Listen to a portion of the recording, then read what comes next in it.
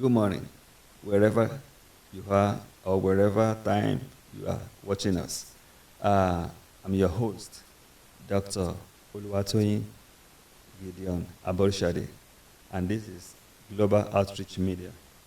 And with me today is Reverend Christopher Tunji Ekundayo. He is CEO and lead chaplain at Magos and Charis Chaplain in Owensme, Maryland. And I'm so happy to present him to you today. And I believe that you will enjoy the knowledge and the ideas and then a lot of things we want to present today about freedom. At this media, we're talking about freedom. He will let us understand what freedom means in his own areas of life. He will also let us understand what freedom means. So I welcome Reverend Christopher Tunji Ekundayo. Thank you for coming to us. Thank you, Dr. Aborishade, for inviting me to this program. Good evening, good morning, wherever you are, viewers. I hope that we all have something to take home and benefit from this program today. Thank you. Thank you, Reverend. I want to start from asking you a question. What is freedom?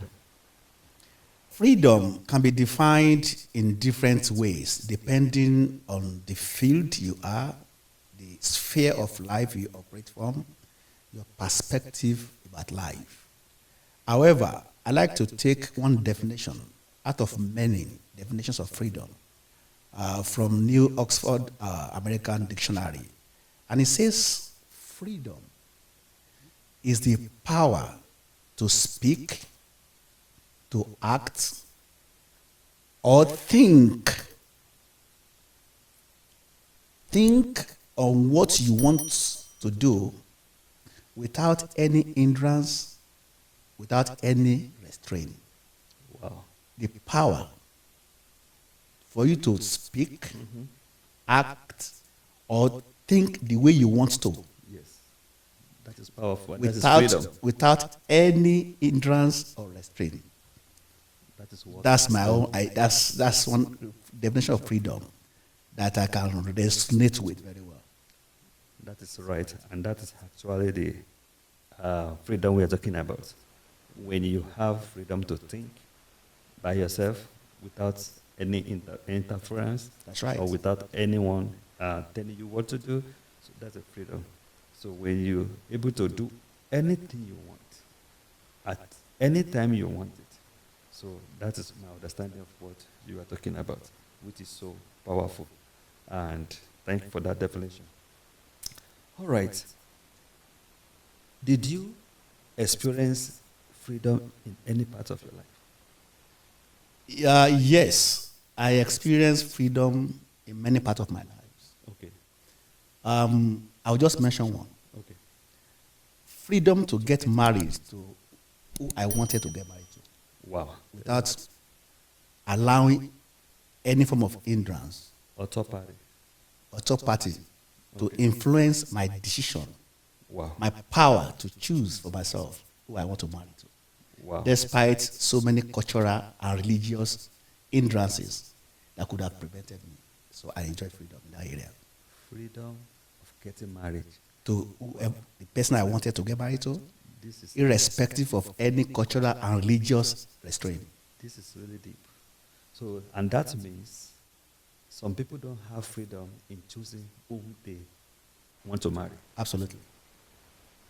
Wow. What are common misconception about freedom?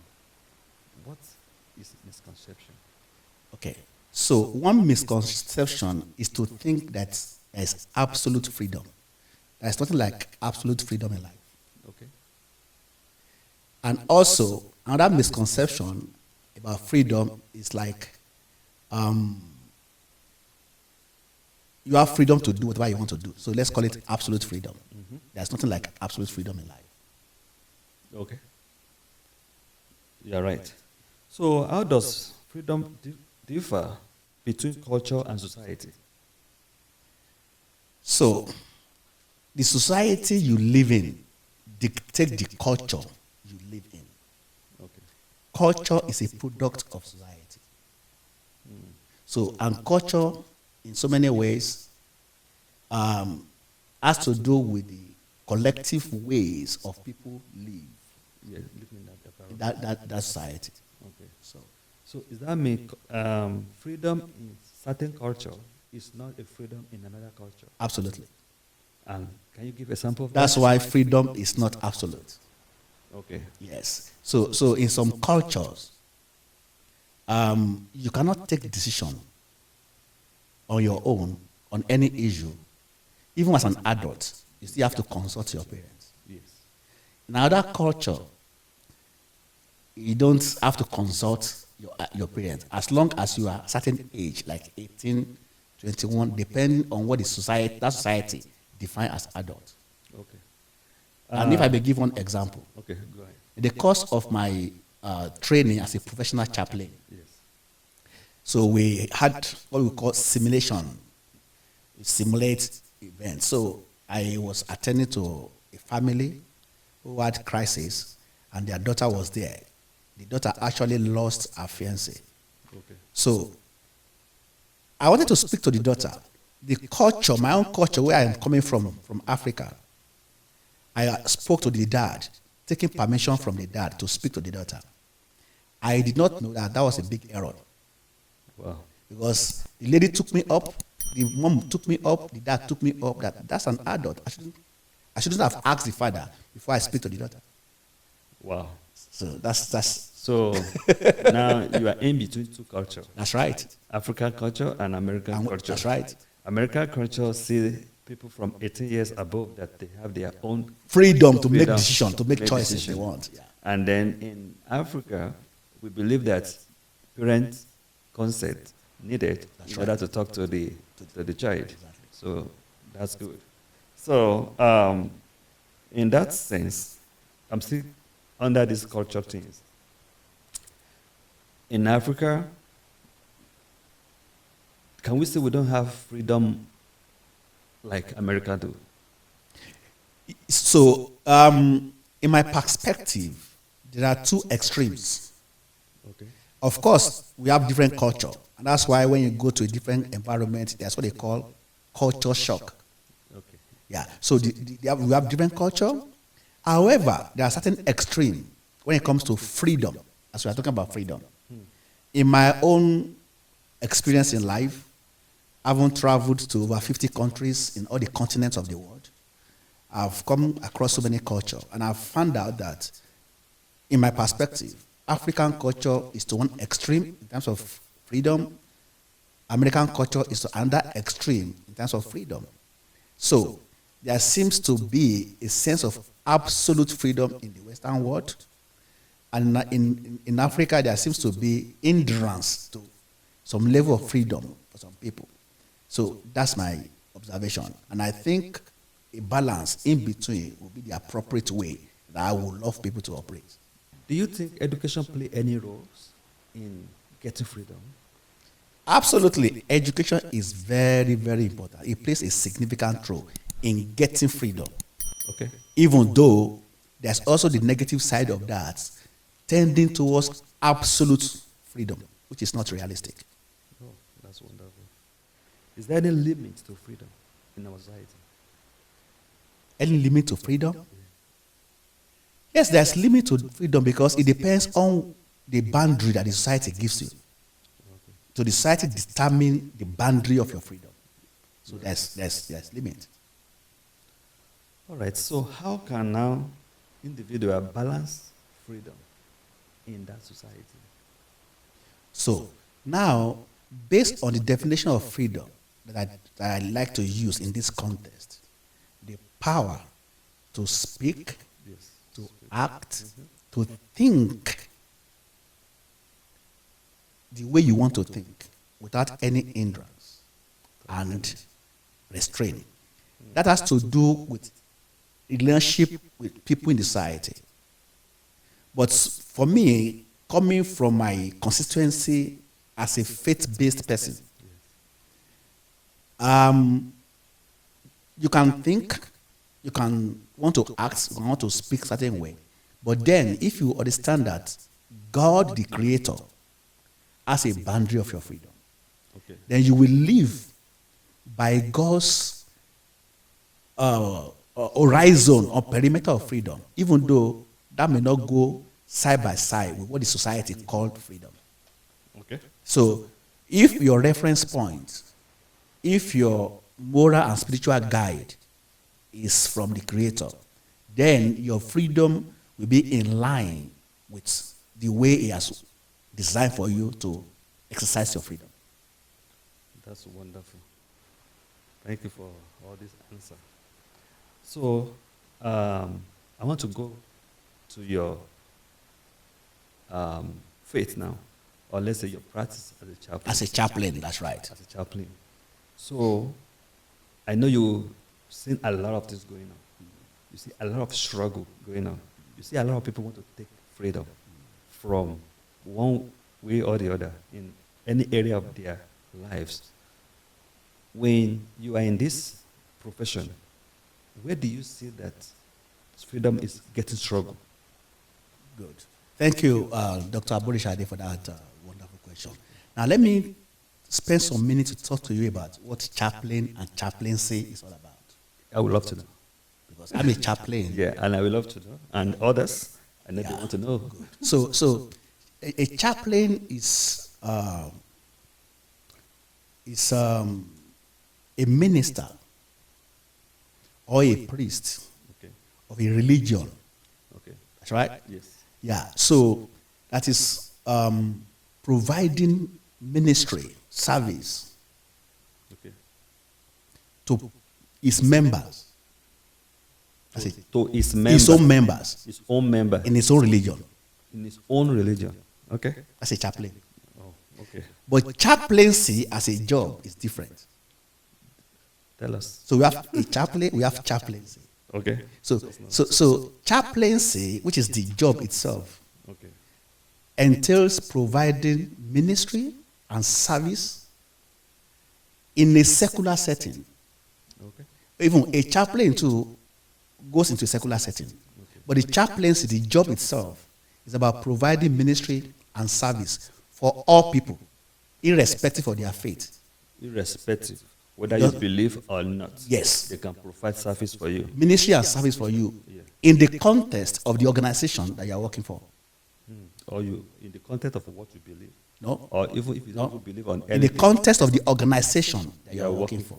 For example, I used to be a correctional chaplain. I work as a correctional chaplain for about 2 years Okay. In the prison. in a prison. And I minister or provide service for people of all faiths, no faiths, within the context of the organization. So what that means is, if you don't belong to my faith, I can still provide service for you without becoming my faith. And that is why chaplain provide both pastoral care and spiritual care. They are not the same thing. They are not the same thing. So we have spiritual Care care, and we have pastoral care. pastoral care. So there are two ways. That's right. Which chaplain has to know. Absolutely. So, and you have to know when and where to use all of them. Absolutely. And that's why to be a professional chaplain, you have to be trained in the act of providing spiritual care. Because your church may not train you to provide spiritual care, they may only train you to provide pastoral care. But if you want to work in a secular setting, you need to be a professional chaplain who has undergone some degree of training, especially in clinical pastoral education, so that you can be able to provide both pastoral care and spiritual care for members of your faith and for people of no faith in the organization. Wow.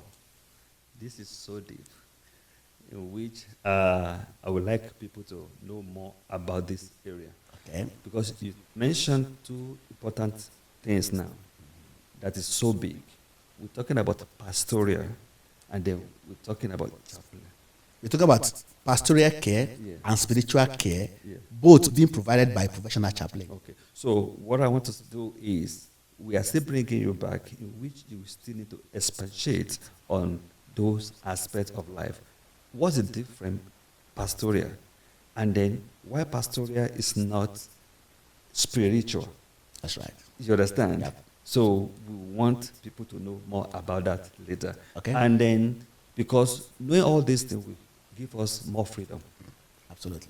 Will give us more knowledge on how to operate, where to operate, and then what is our callings, that we can make good use of those That's right. areas of life. Yep. So why do I need spiritual counseling? Thank you, sir. And that's bringing me to your second question. That's bringing me to the second question before I said, let me address this of chaplain. Yes. So, a chaplain, a professional chaplain, deals with issues and concerns that has to do with emotional, spiritual, religious, moral, ethical, and existential concerns. Now, the one that I'd like to discuss today, with respect to the freedom that we're talking about, is about existential concern, which means our existence on earth here. So, one of the concerns that people have is going through existential crisis. Okay. Existential crisis just means a period of deep reflection. Okay. Now, deep self-reflection about meaning and purpose in life. So when you begin to ask questions, ask yourself especially, what's the meaning of life? What's the purpose of life? Then something is going on in your life. So by the time you are examining yourself, you will be able to come up with something. You are examining yourself and you are beginning to have issues with finding meaning and purpose in life. Okay. So you don't know, why am I even living? What's the purpose of my existence in life? If you begin to ask yourself that question, that means you are going through existential crisis. Yes. Because if you're emotionally stable, you should be able to know the meaning and purpose of life. Why am I here on earth? Why am I doing this job I'm doing? Wow. What's the meaning in this relationship that I'm into? What's the purpose of even being in this organization? So when you get to that point that you are getting emotionally imbalanced and you are beginning to ask yourself this question, then that means there's a sign that you are confused about something. You are confused about the meaning of life and purpose of life, confused and separated from people, disconnected in relationship. At that point in time, then there's that tendency to begin to have identity crisis. Who am I? Because you don't even know the meaning of life and purpose of life. So the moment you begin to have identity crisis, you don't know who you are. At that point in time, you don't have the power to speak, to act, to think on your own, to do what you want to do without any hindrance and restraint. That means you are not free. You've lost your freedom. That is deep. And at what point, when we get to that point, we cannot think, oh, I need to contact a chaplain so that I can be free again. Good. So when it comes to dealing with existential crisis, of course, we know it has impact on your mental health, it has impact on your relationship, it has impact on your career. But dealing with that issue needs interdisciplinary team. Psychologists come into play, psychiatrists come into play, then spiritual care providers, chaplains come into play. So the wisdom is for these three people to work together so that the psychiatrist and the psychologist can address the mental aspect of the issue, while the chaplain will address the spiritual aspect of the issue. Remember, human being is made of body, mind, and spirit. So the ability to integrate it all together for you to achieve wellness, health, wholeness, and your spirituality, your connection to yourself, to others, to something beyond you, that is what a chaplain will do for you. Wow. That is... And that will bring back your freedom. Thank you for this explanation. Because I know a lot of people did not even heard about chaplain. I remember first time I heard about chaplain in Nigeria, I thought it's only in the military setting. Absolutely. Because I have a cousin who is a chaplain. So when I come here, you're talking about, I'm like, oh, you're not a military man, and is it possible? So, but you make me understand that yes, it is possible. And then I'm just encouraging people, you need to get to understand this line. It might not be a common thing, but this is a man that have tons of knowledge. He has a lot of education on this line. So if you want to understand anything more, please, you can contact him at any time. His information will be held at the end of this program so that you'll be able to contact him. So come back to our question. Is freedom, do we inherit freedom or we harm it? So when you say inherit, from parents, no, we're born to be free people. We are born. We're created. And when God created us, He gave us free will. So inherently, by default, we're creatures of freedom. Okay. However, like I said earlier on, there is no absolute freedom.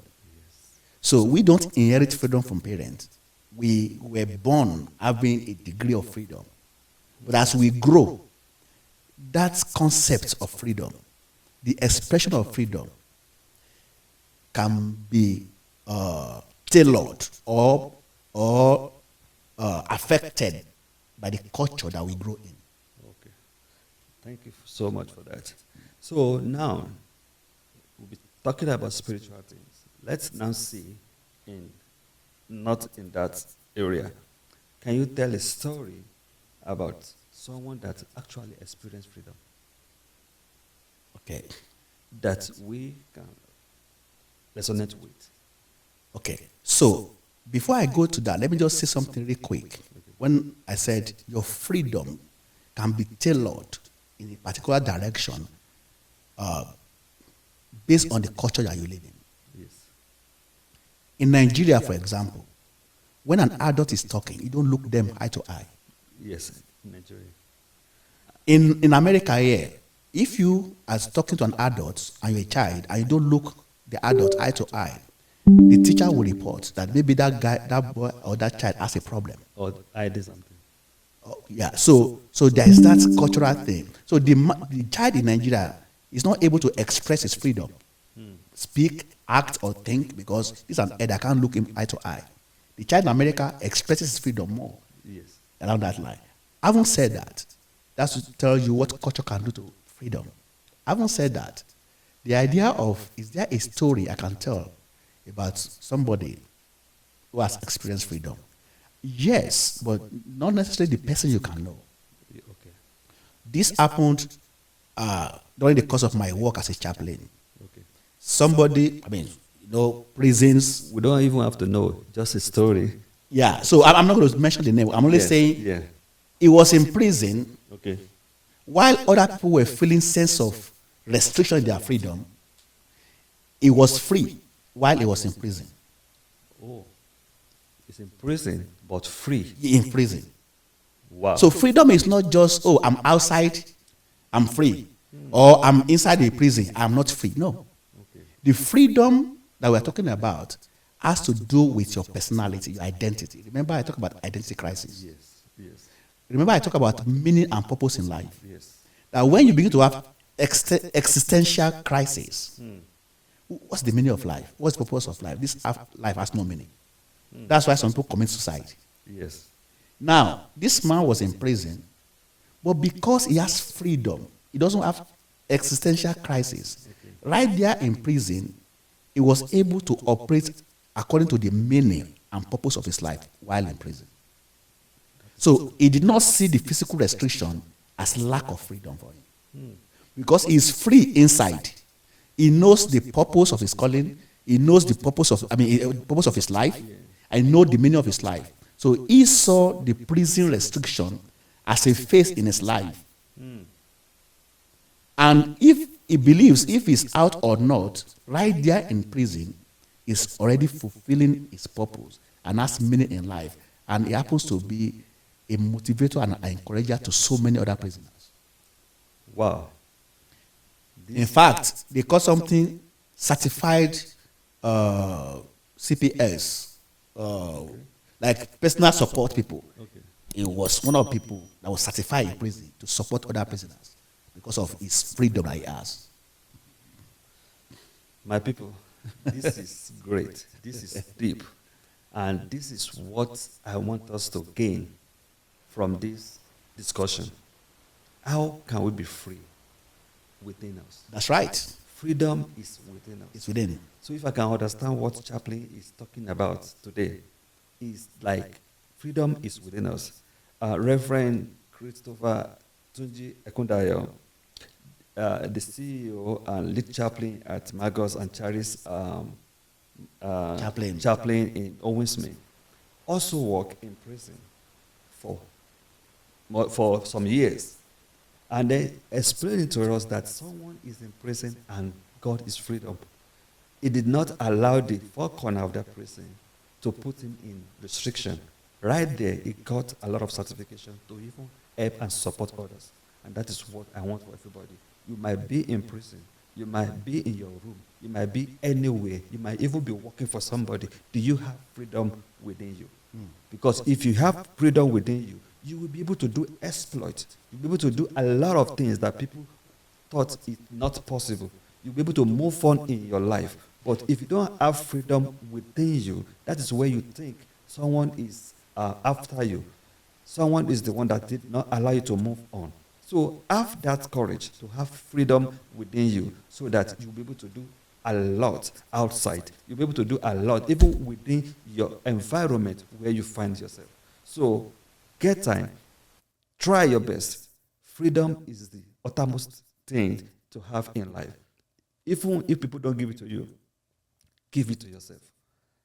There's a something I read that freedom cannot be achieved from outside. Yes, some people might be in the family, in a rich family, and now you're free. Thank you, Dr. Aborishade. I was going to make reference to that. Okay. Now people think, oh, the moment I'm financially secured, I have freedom. No. Wow. There are so many people who have existential problem, identity crisis, and they have money, and they are outside, and they are living, they have big cars, but they are not free. They are not free. No. And that's why you see a lot of them go into unnecessary comparison and rat race, because they have identity crisis. And that identity crisis is a confusion of their existence, who they are, and the meaning and purpose in life for them. Wow. So, and that reminds me, I have a conversation with an elderly man today. Then he called somebody, and that person was crying. He asked her, why are you crying? He said, because nobody is taking care or looking after her. This is somebody that the whole family is taking care of. They are sending money to her to take care of her old family, but still not satisfied. She lacked nothing. Everybody keeps sending, but still there's no joy in her. So despite the fact we put her in an environment that we thought she's going to be okay, but still not okay. So that person needs to say a spiritual care provider. Wow, that's wonderful. There's something going on. There's something going on inside her that's affecting our freedom. That's yeah, right. That someone needs to attend to. Exactly. Okay, that's good. So, to round up this conversation, what do you want to tell the viewer more about life in general and how to enjoy life? So, how to enjoy life is to live the life that you are meant and designed to live by your Creator. I use the word Creator because one of the reasons why people have problem with meanings and purpose in life is they have not identified where they are from, where they came from. Okay. Take, for example, the electronic that we use, the manufacturer knows the meaning and purpose that thing is supposed to serve. Yes. So it is so if that problem has problem, the manufacturer is the best person to arrange that. So for people who want to live a meaningful, fulfilling, and purposeful life, just go back to where you are from. But if you do not identify the right source where you are from, then there's an issue. Okay. So who created you? For what purpose? Then go ask that person. Or that thing. It depends on your belief. Thank you so much. Thank you so much. I really appreciate you. Thank you, Reverend Tuji Akudayo, for coming in today. I don't know how to thank you enough because I know time is money in America. For you to leave your office and join us here in this discussion, I know it's a great privilege for Global Outreach Media to have you here. We are so much proud of you, and we want to see more of you. And then I want to tell the viewer, if you have any question, if you need any spiritual care, pastoral care, or anything, you can reach us. You can contact us through any means that will be on the camera, on this media. So let us know. We will find a way to link you up with Reverend Tunji Ekundayo so that he can also be of help for you. So if there's any concern you have that you want to talk to anybody, he's ready. We can reach him at any time for you. So all you got to do is just to contact us through any means we place below or going on this podcast. So just contact us. You can write us. You can call us. We will surely link you up. So for anyone need freedom in life, in any area of your life, you can contact us. You will surely get your freedom because you are born to rule. You are born for that freedom. So it's no matter where you are, no matter what you are facing, just know that freedom is yours. And that's what we are here to preach. And that is what we are here to show people how to navigate it so that you can be free.